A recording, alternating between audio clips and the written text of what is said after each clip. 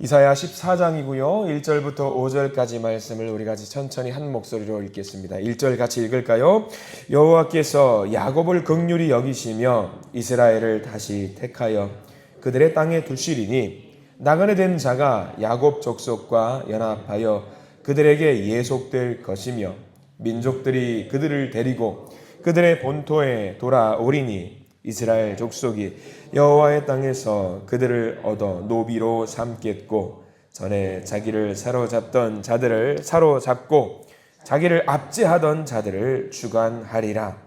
여호와께서 너를 슬픔과 곤고와 및 내가 수고하는 고역에서 놓으시고 안식을 주시는 날에 너는 바벨론 왕에 대하여 이 노래를 지어 이르기를 압제하던 자가 어찌 그리 그쳤으며 강포한 성이 어찌 그리 패하였는고 여호와께서 악인의 몽둥이와 통치자의 귤을 꺾으셨도다. 아멘. 오늘 이 말씀 가운데 하나님의 은혜가 넘치기를 소망합니다.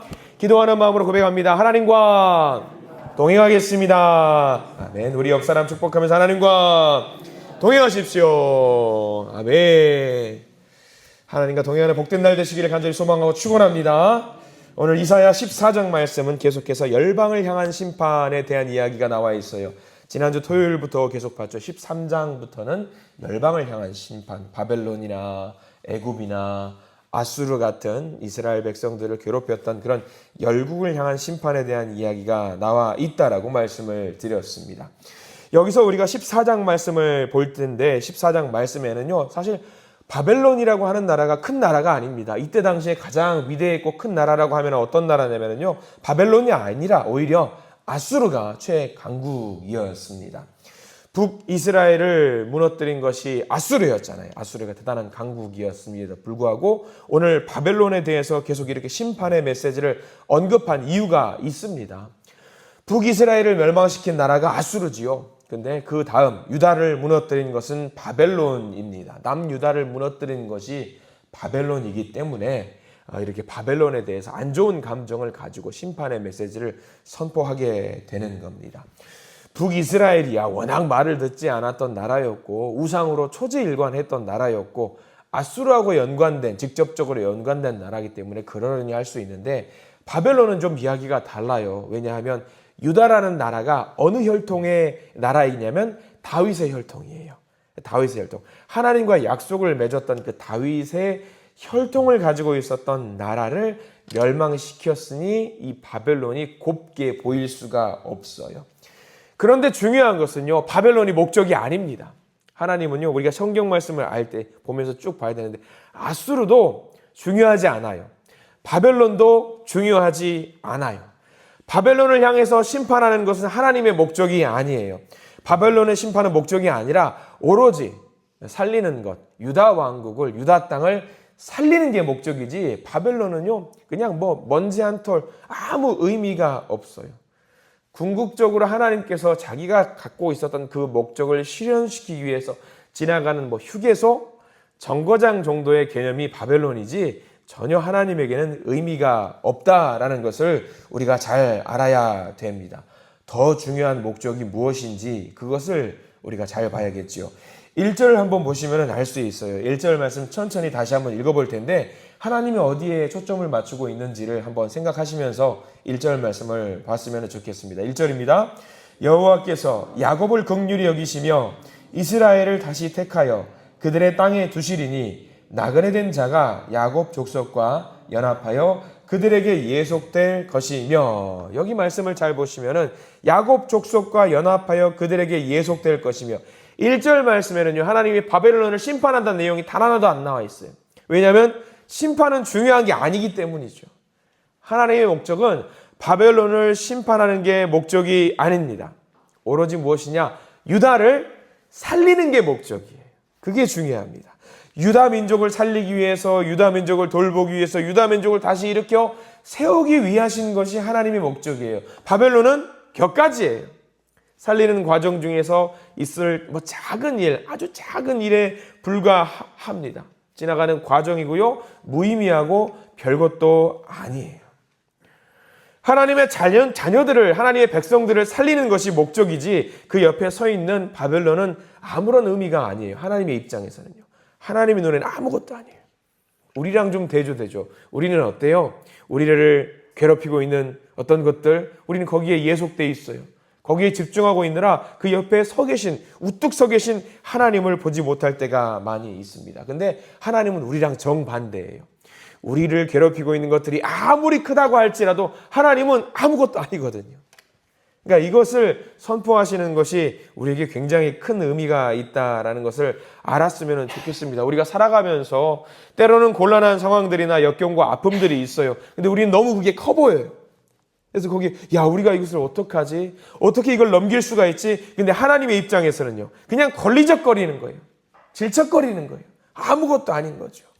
내 힘으로 감당할 수 없을 것 같은 큰 문제, 내 힘으로 안 되는 게 얼마나 많습니까? 건강의 문제, 경제적인 문제, 관계의 문제. 여러분, 교회의 문제는 좀 어떨까요? 저는 늘 기도하면서 교회에 대해서 하나님께 내려놓고 기도할 때가 많은데, 기도를 시작하기 전에는 이래요. 하나님, 이 문제 어떻게 하면 좋습니까? 이거는 우리가 어떻게 해결해 나가면 좋겠습니까? 교회도 사람 사는 공간인지라 때로는 소소하게, 때로는 굵직하게 일들이 발생을 합니다. 근데 보면은 내 힘으로 안 되는 것 같을 때가 많아요. 하나님 이거 어떻게 해요? 하나님 저거 어떻게 해요? 근데 기도를 할 때는요, 시작할 때는요, 막 근심 걱정이 많이 있어요. 근데 기도를 하다 보면은요, 어느 순간에 무슨 생각이 드느냐? 다 부질없는 거예요. 아무 의미 없는 거예요. 왜? 결국에는 하나님께서 우리 백성들을 살리기 위해서 교회를 성장시키고 발전시키고 걸렸던 그 문제를 해결할 것이라는 것을 믿고 있기 때문이에요. 기도하는 순간에 어느 순간 그게 확신으로 다가와요. 그래, 하나님은 이 문제에 별로 중요하게 생각하지 않으셔. 더 큰 일을 위해서 부지런히 가는 그 과정 중에 하나라고 생각하셔. 그게 확신 가운데 생각이 들어요. 근데 단지 교회만 그럴까요? 우리 가정도 마찬가지. 우리 가정이 살림을 꾸려나가고 열심히 가다 보면은요, 걸리는 것들이 많아요. 근데 기도하면은요, 하나님이 그 문제에 대해서 그거 별거 아니야. 나는 더 큰 거, 이 길을 생각하고 있는데 왜 거기에 매몰되어 있어? 라는 것이 들릴 때가 있어요. 확신 가운데. 인터넷에서 재밌는 실험 영상을 본 적이 있어요. 뭐냐면 좁은 통로를 만들어놔요. 집에다가. 좁은 통로를 만들어 놓는데 그 집에 강아지들을 키우는 거예요. 한 6마리, 7마리 정도 반려견을 키우는 영상인데 그 통로를 항상 지나가요. 그 강아지들이 왔다 갔다 지나가는데 어느 순간 거기다가 주인이 뭘 만들어 놓냐면 종이컵으로 벽을 만들어 놔요. 종이컵으로 벽을 막 쌓아놔요. 그 조그마한 강아지들이 지나갈 수 없게, 앞이 안 보이니까. 그래서 종이컵을 딱 쌓아놔요. 근데 우리는 알죠. 그 종이컵은 뭐예요? 아무 문제가 아니에요. 근데 그 중에 반려견 중에 큰 성견이 있어요. 진돗견이. 조만한 말티즈 같은 조만한 강아지들은 그 종이컵을 넘지 못해가지고 어쩌지 주저주저 막 왔다 갔다 하고 있어요. 근데 큰 강아지가 어떻게 해요? 지나가다가 아무렇지 않은 것처럼 그 종이컵을 와 하고 지나가는 거예요. 종이컵이 와르르 무너지니까 그 뒤따라오던 조그만 강아지들이 그 길을 따라서 뒤따라가는 거죠. 그 후에야 알게 되는 거예요. 맞다. 하나님의 방식이다. 하나님의 방식이다. 우리는 별거 아닌 것 같은 그 종이컵인데 툭 건드리면 되는 건데 툭 건드리지 못하고 그 앞에서 주저주저 하고 있는 것 같은 거예요. 근데 하나님은 어때요? 저게 뭐가 문제야? 그냥 우르르 그냥 돌격하면 되는 거지. 그러면서 종이컵이 무너지는 거예요. 이게 바로 무엇이냐? 하나님의 방식 같더라고요. 내게는 넘어갈 수 없는 것 같은 그 벽, 하나님의 입장에는 아무것도 아닌 거예요. 그냥 몸에 걸리든 말든 지나가면 되는 거죠. 이게 뭐야? 아무 문제 아닌데. 이게 하나님의 방식이라는 거죠. 교회를 통해서, 가정을 통해서, 우리 개인을 통해서 우리가 넘어가지 못하는 그 종이컵과 같은 것들이 있어요. 앞이 보이지 않아요. 쓰러질 것 같아요. 이기지 못할 것 같아요. 근데 하나님은요, 걸리적거리는 거예요. 이게 뭐야? 툭툭 치면서 그냥 가는 거죠. 오늘 성경 말씀이 그 의미입니다. 1절 말씀이 그 말씀이에요. 이스라엘을 다시 택해서, 이스라엘을 다시 택하여 그들의 땅에 두시리니, 이게 하나님의 목적인 거예요. 그들을 택해서 그들의 땅에 두시는 것, 회복시키는 것이 목적인 거죠. 근데 우리는 어떻게 해요? 바벨론이라고 하는 큰 것을 보니까 우리가 어떻게 돌아갈 수 있나? 거기에 매여 있는 거죠. 근데 하나님은 그거는 문제가 되지 않는 거예요. 내가 생각하는 것은 자녀들이 여기로 세워지는 것, 이게 목적인 거죠. 바벨론이 되었건 바벨론의 할아버지가 되었건 하나님께는요 그게 중요한 것이 아니라는 말입니다. 그저 하나님의 목적은 그 자녀들이 원래 있던 위치로 돌아오는 것, 그게 하나님의 목적인 거지요. 그 모든 과정을 주관하고 계신다라는 그것을 오늘 말씀은 보여주고 있는 거지요. 2절 말씀도 볼까요? 2절 다시 한번 읽어봅니다. 민족들이 그들을 데리고 그들의 본토에 돌아오리니 이스라엘 족속이 여호와의 땅에서 그들을 얻어 노비로 삼겠고 전에 자기를 사로잡던 자들을 사로잡고 자기를 압제하던 자들을 주관하리라. 역전이에요. 역전. 2절 말씀은 무엇입니까? 지난주 토요일에도 말씀을 드렸죠. 하나님은 단순하게 유다라든가 이스라엘의 하나님만이 아니세요. 온 민족과 온 열방의 하나님이라는 것을 여기 2절 말씀에서는 보여주고 있는 거예요. 같은 맥락입니다. 민족들이 그들을 데리고 그들의 본토에 돌아오리니, 이 말씀이 어떤 말씀일까? 이스라엘 백성의 하나님만이 아니라는 것이 나와 있는 거죠. 민족들이 그들을 데리고 그들의 본토에 돌아오리니 모든 민족들을 본토에 데리고 돌아오시겠다, 회복시키겠다라는 말씀이 기록이 되어 있습니다. 다른 민족들도 같이 풀어주신다라는 이야기죠.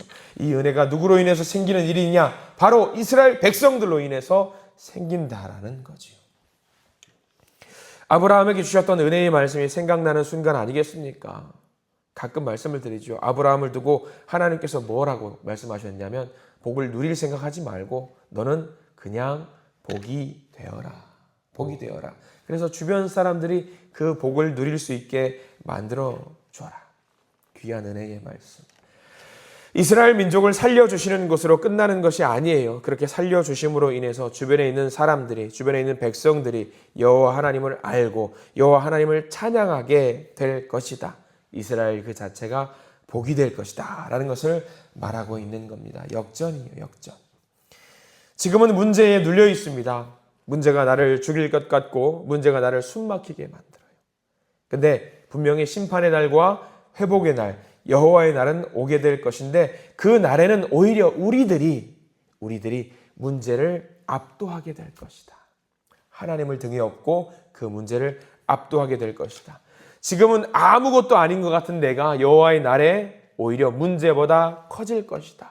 질병보다 커질 것이다. 아픔보다 커질 것이다. 이게 하나님의 약속입니다. 그날이 언제 올 것이냐? 3절 말씀이죠. 그날에 대한 설명이 나와 있어요. 3절 말씀 먼저 읽어보겠습니다. 여호와께서 너를 슬픔과 곤고와 및 내가 수고하는 고역에서 놓으시고 안식을 주시는 날에, 그 날이죠. 여호와의 날. 심판의 날이면서 회복의 날, 그게 반드시 이루어지는 날인데 그 날에 재밌는 표현이 등장을 합니다. 4절 말씀이 참 재밌어요. 4절 말씀 한번 읽어볼까요? 4절입니다. 너는 바벨론 왕에 대하여 이 노래를 지어 이르기를 압제하던 자가 어찌 그리 그쳤으며 강포한 성이 어찌 그리 패하였는고 라고 나와 있어요. 망해가는 그 바벨론에게 가서 노래라도 불러줘라. 잘 나가더니 이게 뭐냐? 망했네. 다 망했네. 술술 풀리는 것 같더니만 다 망해버렸네. 옆에서 염장 지르는 노래를 불러라, 그 이야기예요. 하나님이 다 하실 테니까 망해가는 그 사람들을 향해서, 너희들을 압제했던 그 사람들을 향해서 가서 노래 불러라. 가서 놀려라. 그냥 그런 이야기를 하고 있는 거죠. 이 1절부터 4절까지의 내용과 구성이 참 재밌는 거예요. 4절까지의 내용을 보면은요, 하나님이 얼마나 크신지 알게 됩니다. 정말 크신 분. 우리는 그 큰 문제를 해결하지 못해서 어쩔 줄 몰라 하고 있지만 하나님은 이미 그 문제를 넘어서 계시는 분, 그 문제보다 크신 분, 그분이 우리 하나님이라는 이야기가 오늘 말씀이에요. 이제 본격적으로 심판을 하시는데 우리들은 심판을 받을 대상이 아니라 살리는 대상으로 말씀하고 계십니다. 중요한 것은 하나님의 자녀들이죠. 하나님의 자녀들. 오늘 14장을 전체적으로 한번 정리를 해보려고 합니다. 14장을 맥락을 봐야 되는데 여러분들 3절 앞에 나와 있는 제목, 3절 앞에 나와 있는 제목, 성경에 이렇게 나와 있을 겁니다. 스올로 내려간 바벨론 왕, 심판하시겠다라는 이야기죠. 이것만 보시면 되고요. 또 쭉 넘어가 보실까요? 21절 넘어가 보세요. 21절 앞에 제목이 나와 있어요. 제목을 보실까요? 21절 앞에 제목. 여호와께서 바벨론을 멸하시리라. 쭉 넘어가서 24절이죠. 제목 여호와께서 아수르를 파하시리라. 그리고 28절의 제목도 보시면 여호와께서 블레셋을 소멸시키시리라. 이런 말씀이 다 기록이 되어 있어요. 근데 중요한 것, 이 민족들을 멸하시고 이 민족들을 멸망시키시고 파하시는 것이 목적이다 아니다? 그게 아니다. 이거는 곁가지다. 중요한 목적은 무엇이다? 그의 백성들을 살리시는 것이 하나님의 목적이다. 이게 제일 중요한 겁니다. 하나님께서 우리의 모든 것을 주관하고 계신다라는 것을 믿으시기 바랍니다. 아무리 강력한 것이 우리를 막고 있다라고 할지라도 하나님은 그것은요, 먼지에도 비교하지 못할 정도로 약한 것이라고 하나님은 이야기하셔요. 오로지 하나님의 목적은 딱 하나예요. 저와 여러분들을 살리는 것이 하나님의 목적입니다. 그것을 하기 위해서 주변에 있는 것들은 다 치워버리시는 하나님, 그 하나님을 믿고 섬기는 우리 모두가 되시기를 간절히 축원합니다. 그것을 이루기 위해서 가장 중요한 것, 하나님과 우리와의 관계입니다. 바른 관계가 서 있어야 돼요. 우리가 하나님의 자녀가 되어야 돼요. 그거면 됩니다. 우리가 하나님의 자녀가 되면 됩니다. 오늘 우리에게 주실 은혜를 기대하십시오. 자녀들에게 주실 큰 은혜를 기대하십시오. 자녀가 곤란한 상황에 처해 있다라고 하면은요, 하나님은요, 그 곤란한 상황에 처해 있는 자녀들을 그대로 두지 않으셔요. 반드시 회복하는 그 길로 다시 인도하시는 하나님, 그 하나님을 믿고 따르시는, 그래서 복을 누리시는 저와 여러분들 되시기를 간절히 축원합니다. 기도하겠습니다. 하나님, 바벨론처럼 아수르처럼 아무리 대단하게 커져 있는 것들이 있다라고 할지라도 하나님은 우리를 살리시기 위해서 그 모든 것들을 무너뜨리시는 하나님이시라는 사실을 우리가 알게 됩니다. 그 어떠한 문제, 우리를 누르고 있는 그 어떠한 문제도 하나님은 반드시 해체를 시켜버리시고 우리에게 참된 기쁨과 자유를 주시는 분이라는 것을 알게 해주셔서 감사합니다. 아버지, 하나님의 뜻을, 하나님의 능력을 기대하면서 하루하루를 기쁨으로 살아가는 우리가 되게 해 주시옵소서. 그저 주님을 우리 마음속에 모시고 하나님이 우리를 인도해 주실 그 길로만 걸어가기를 소망합니다. 오늘 하루 우리에게 그 길을 인도해 주실 하나님을 만나기를 소망하오니 회복의 역사를 경험하게 해 주시옵소서. 주님을 제대로 믿어서 내 주변에 있는 많은 사람들도 주님으로 인도할 수 있는 복된 자들이 되게 해주시고, 그 길 가운데 혹여라도 우리가 넘지 못하는 그 벽들이 보인다라고 한다면 하나님, 그 벽들을, 그것들을, 문제들을 말끔히 씻어 주시옵소서. 그래서 하나님 손 붙들고 온전히 하나님과 함께 기쁨의 길을 걸어가기를 소망합니다. 오늘 하루가 그 시작점이 되기를 소망하오니 주여 우리와 함께 동행해 주시옵소서. 예수 그리스도 이름으로 간절히 기도드립니다. 아멘.